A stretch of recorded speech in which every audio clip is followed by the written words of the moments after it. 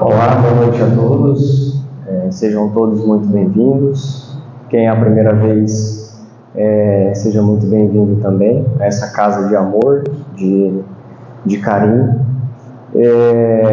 A palestra de hoje, ela é um tema que a gente já viu recentemente, há 2 palestras atrás, nosso irmão Benedito, que falava sobre encarnação na Bíblia, né? Onde que estava isso inserido na Bíblia.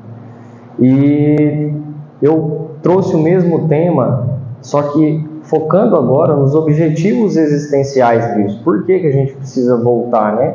Por que o Espiritismo fala tanto de encarnação e por que a gente precisa voltar para cá? Para isso eu trouxe alguns questionamentos, né? Qual que é o maior objetivo da nossa existência aqui na Terra? Por que a gente está aqui? Por que muitos não valorizam a própria vida? A doutrina espírita, ela fala em nascer de novo, né? Jesus fala isso, em nascer novamente.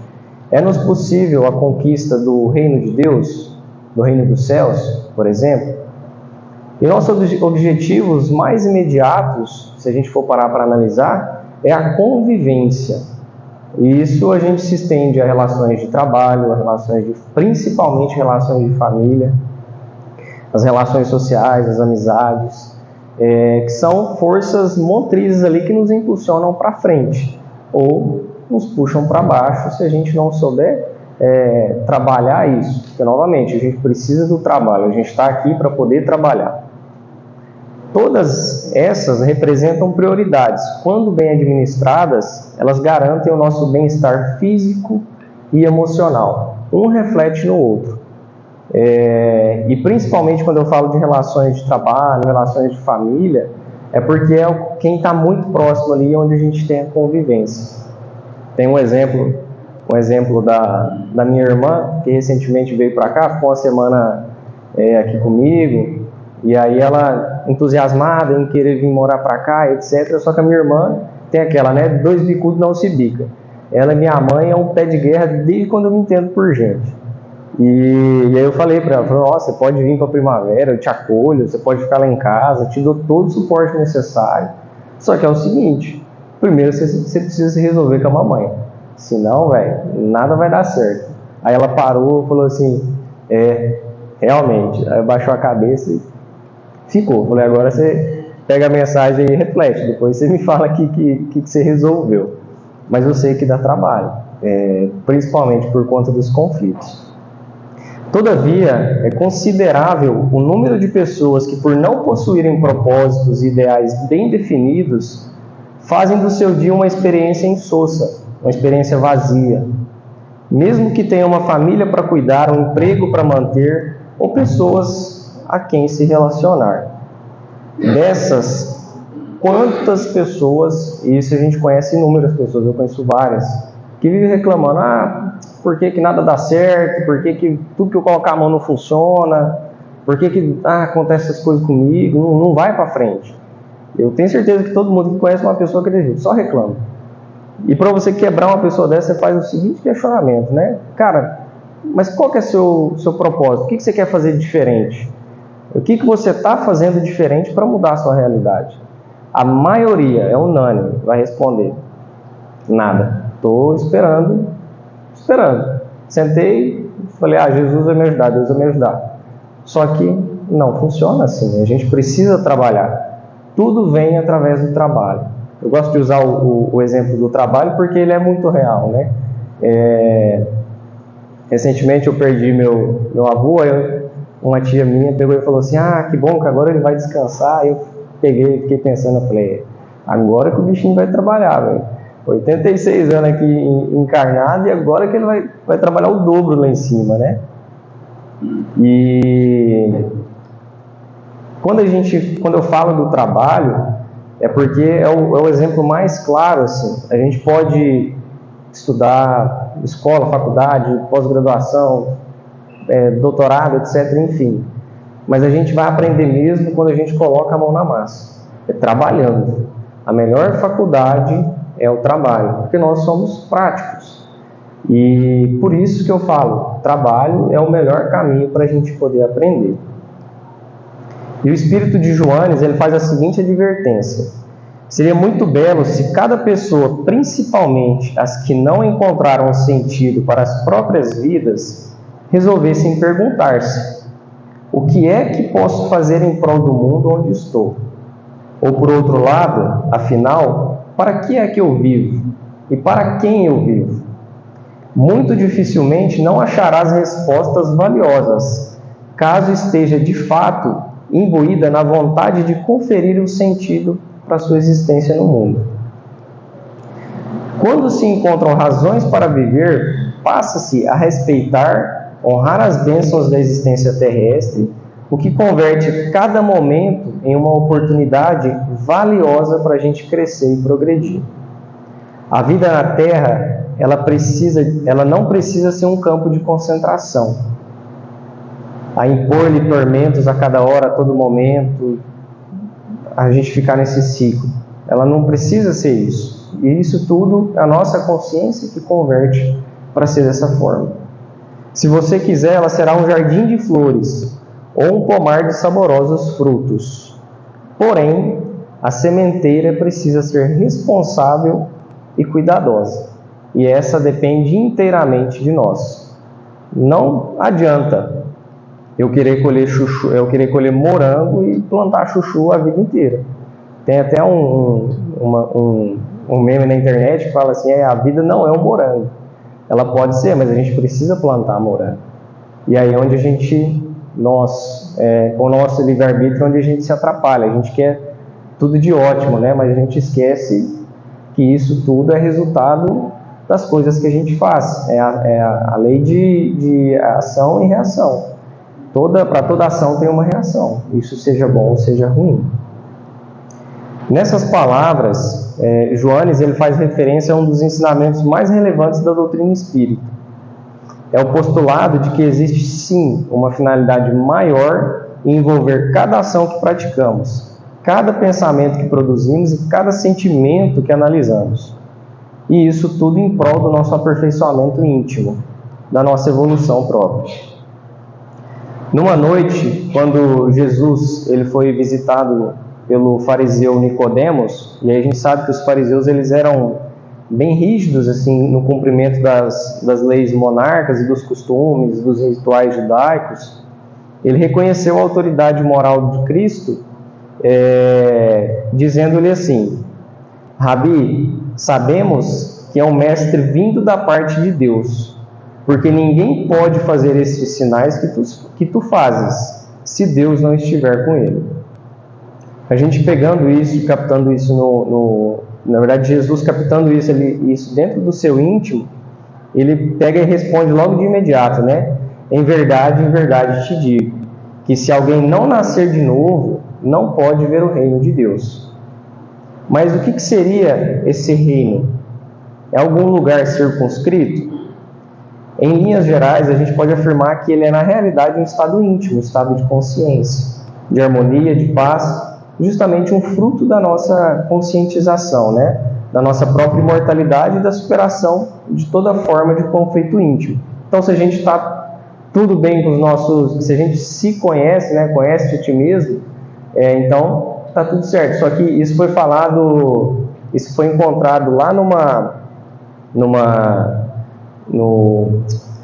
vou lembrar agora, mas é porque tem muito tempo eu esqueci, né? Foi tipo assim, 4 anos antes da vinda de Cristo, mais ou menos essa época aí. Eu lembro como se fosse ontem, mas estava escrito assim em cima de uma lápide de Apolo, que era um imperador: conhece-te a ti mesmo. Depois veio Sócrates e sim, se baseou nessa fala e criou o pensamento dele, né? Mas olha quando isso foi falado: conhece-te a ti mesmo. Até hoje a gente não conhece, porque a nossa consciência, trabalhando na nossa consciência, é onde a gente vai conseguir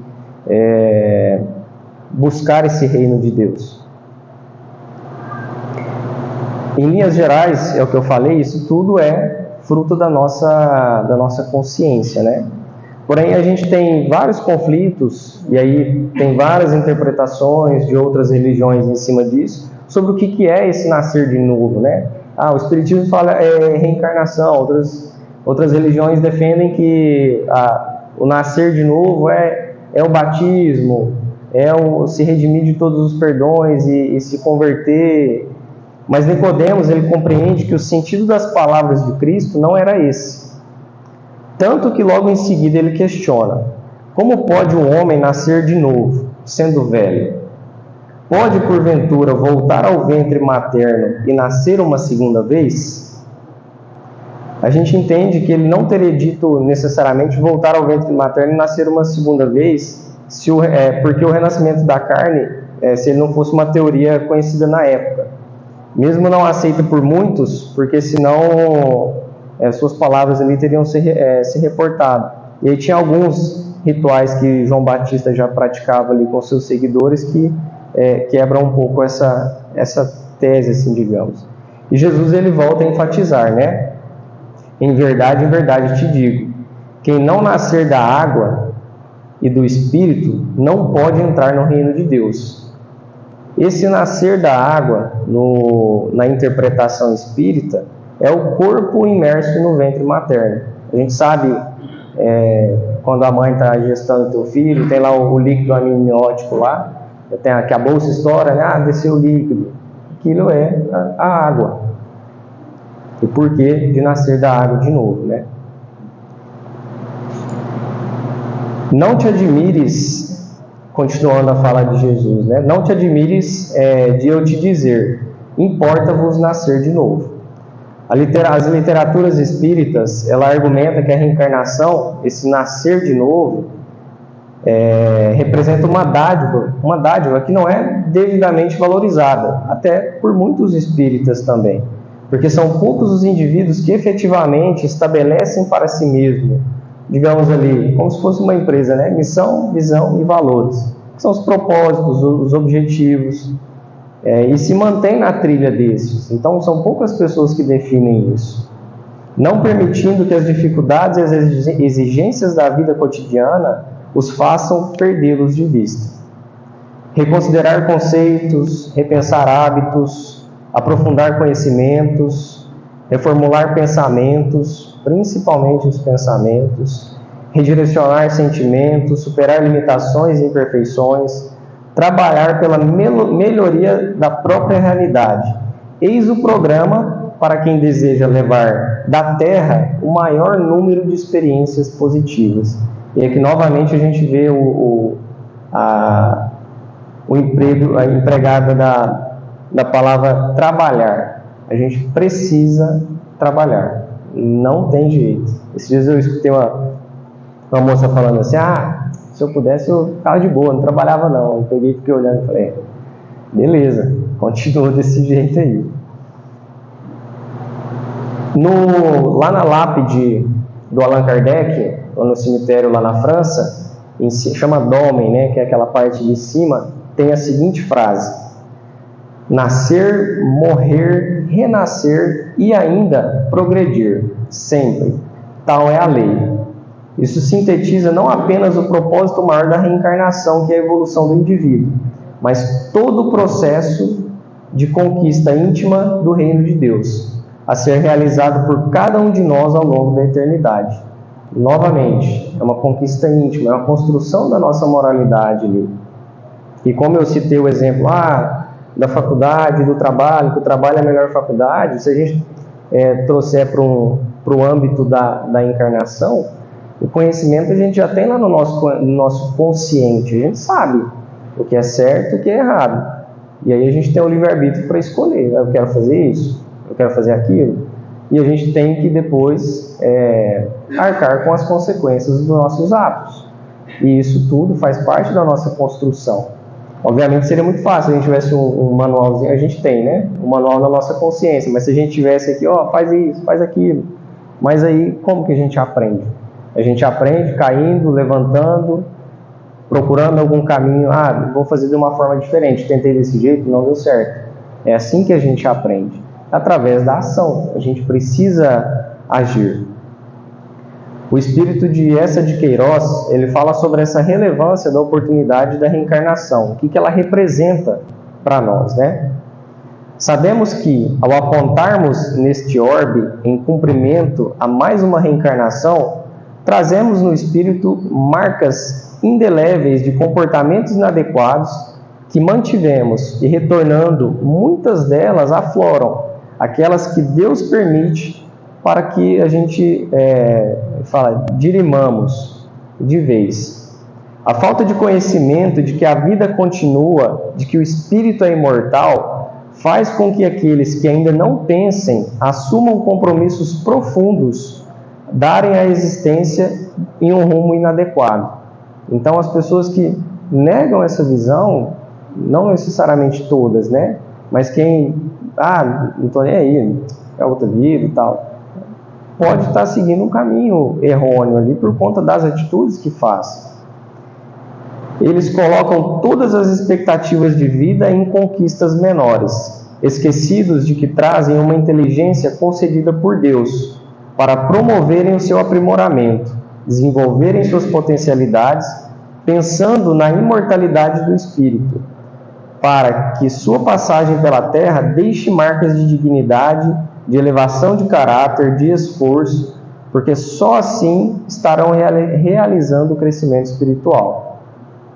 Se somos compelidos a encarar sucessivamente dentro dessas oportunidades que Deus nos concede, devemos aproveitá-las todas em favor do próprio aprimoramento, para que cada retorno ao mundo de origem levemos o espírito menos carregado de débitos e com algum aprendizado realizado.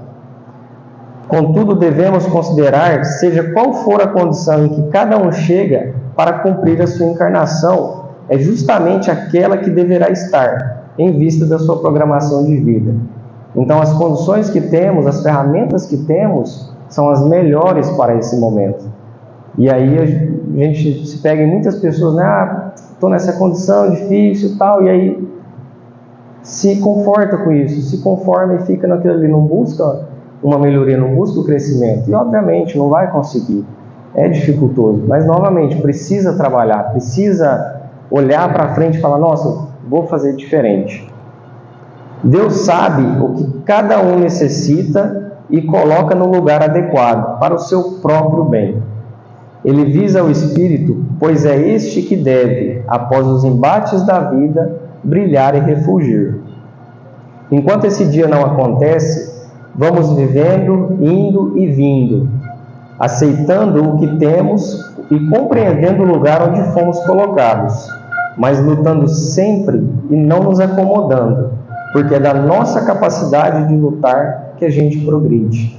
É através dessa determinação que a gente consegue ir para frente. E a gente vê N exemplos de pessoas, né? Era uma pessoa que estava numa situação de extrema dificuldade, você nem imaginava que aquela pessoa surgiu daquele determinado lugar e hoje ela está em determinada situação.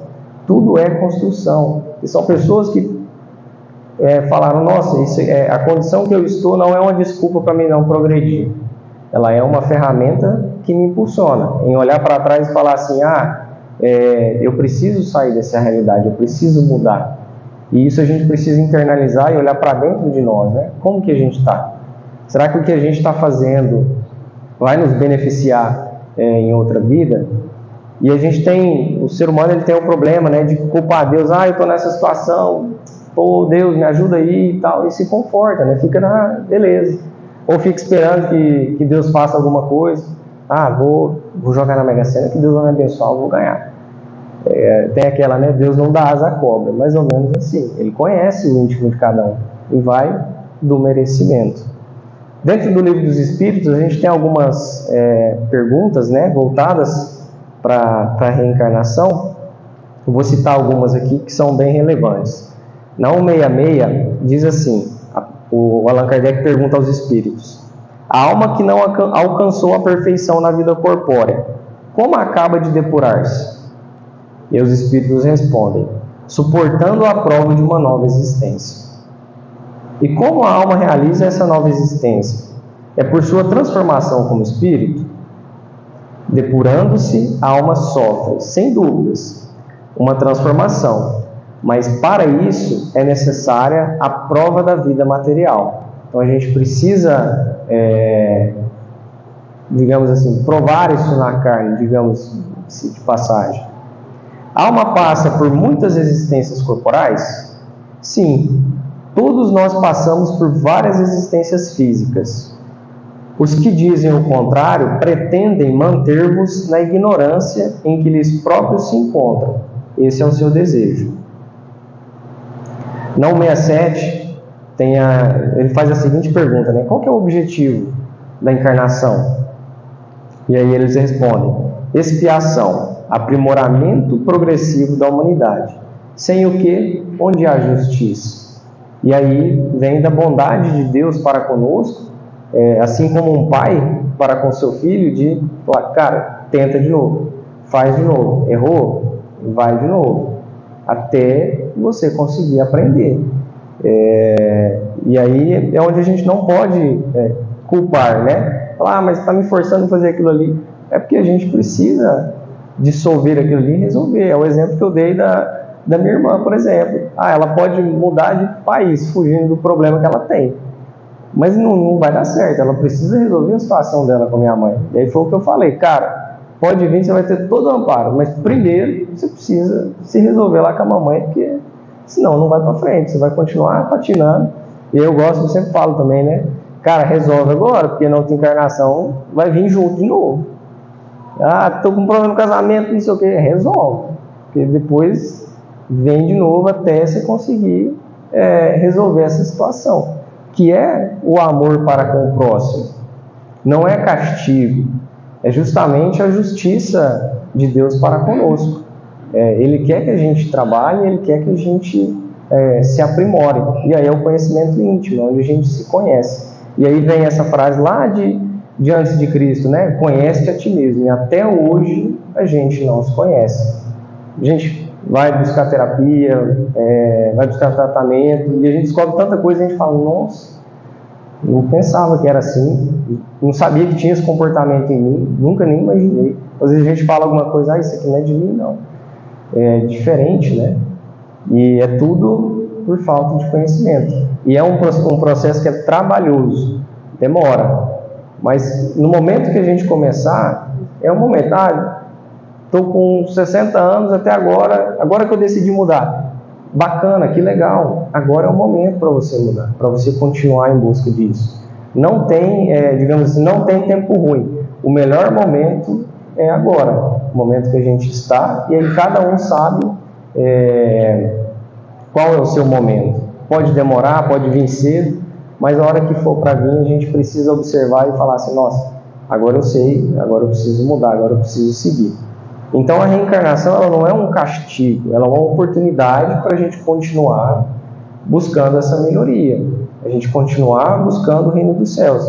Vai demorar uma infinidade, obviamente, porque nós, enquanto homens encarnados, a gente sempre tem coisas que a gente fala, nossa, fiz uma coisa aqui errada, um pensamento, e principalmente pensamento. Por que a gente fala tanto do pensamento, né? Porque é automático. Às vezes a gente não fala. O primeiro freio a gente faz, né? Muitas das vezes, não vou falar não. Só que a gente já pensou. Mas a busca é por cortar o pensamento, né? Para não pensar negativo, não pensar ruim de determinadas situações, etc. Isso é um exemplo lúdico, assim, digamos. Mas é isso. Esse é o objetivo da reencarnação. É uma oportunidade que Deus nos dá. Fui lá, a oportunidade. Aí a gente, uma coisa que é bem relevante é que a gente não regride. O que a gente pode fazer é só atrasar a nossa evolução. A gente sempre anda para frente, mas aí vai depender do nosso trabalho aqui, enquanto encarnados, para a gente progredir. Mas nunca regresso. A gente pode atrasar. A mensagem de hoje era essa, era sobre isso, sobre a encarnação e qual que era o seu objetivo. Que essa mensagem que vocês possam absorvê-la da melhor maneira possível, utilizá-la como ferramenta, como uma força motriz para empurrar a gente para frente, para a gente não ficar estagnado e falar assim, não vou mudar não, ou eu vou ter oportunidade na outra vida, então vou aproveitar essa aqui e vou fazer tudo que eu tenho vontade. Mas a gente tem que saber que toda ação tem uma reação, tudo tem consequência. Obrigado.